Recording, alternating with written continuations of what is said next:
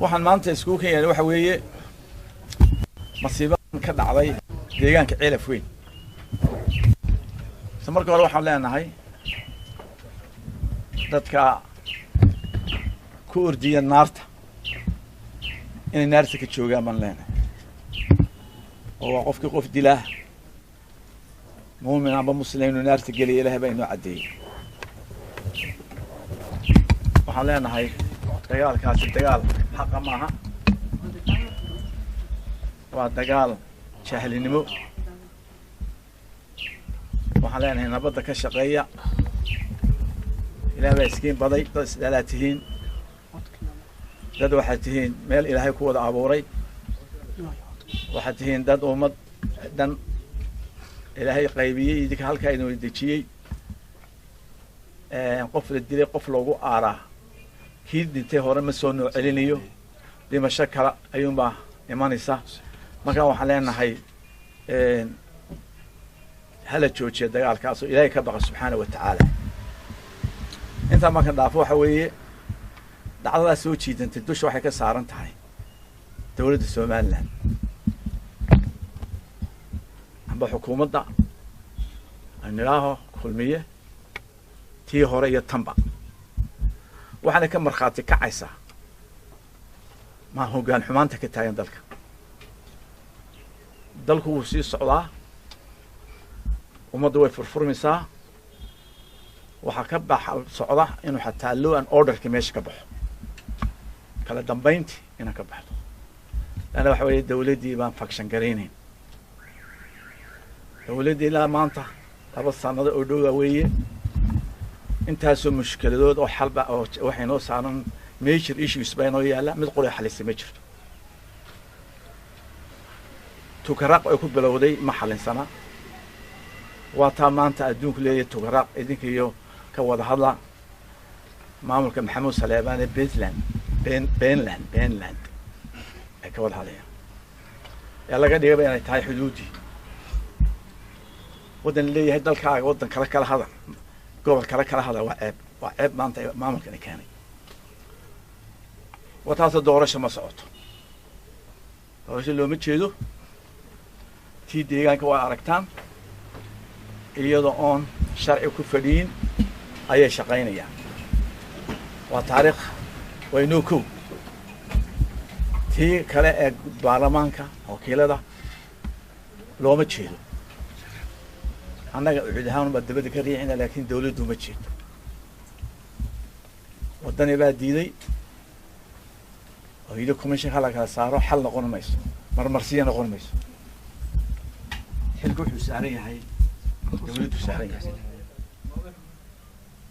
dhacdada maanta bisheedeeda markii Ceelaf Weyn lagu heshiiyey ilaa maanta haddana soo noqotana waa dawladda ka saartay.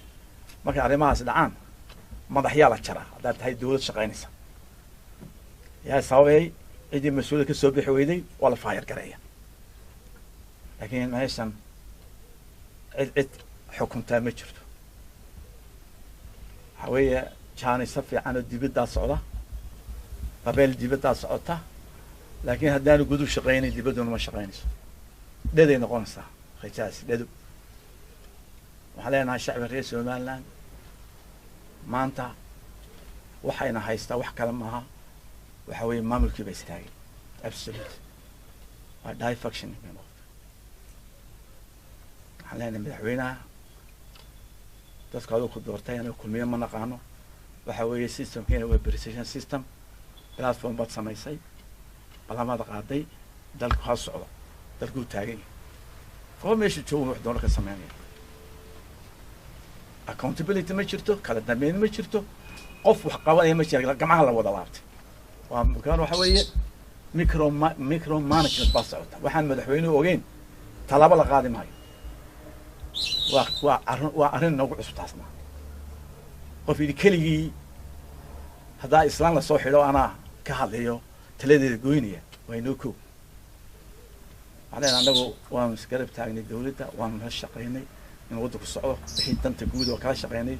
laakiin dawladda ma shaqaynayso. absolute aanay shaqaynay. saasna lagu jiri maayo.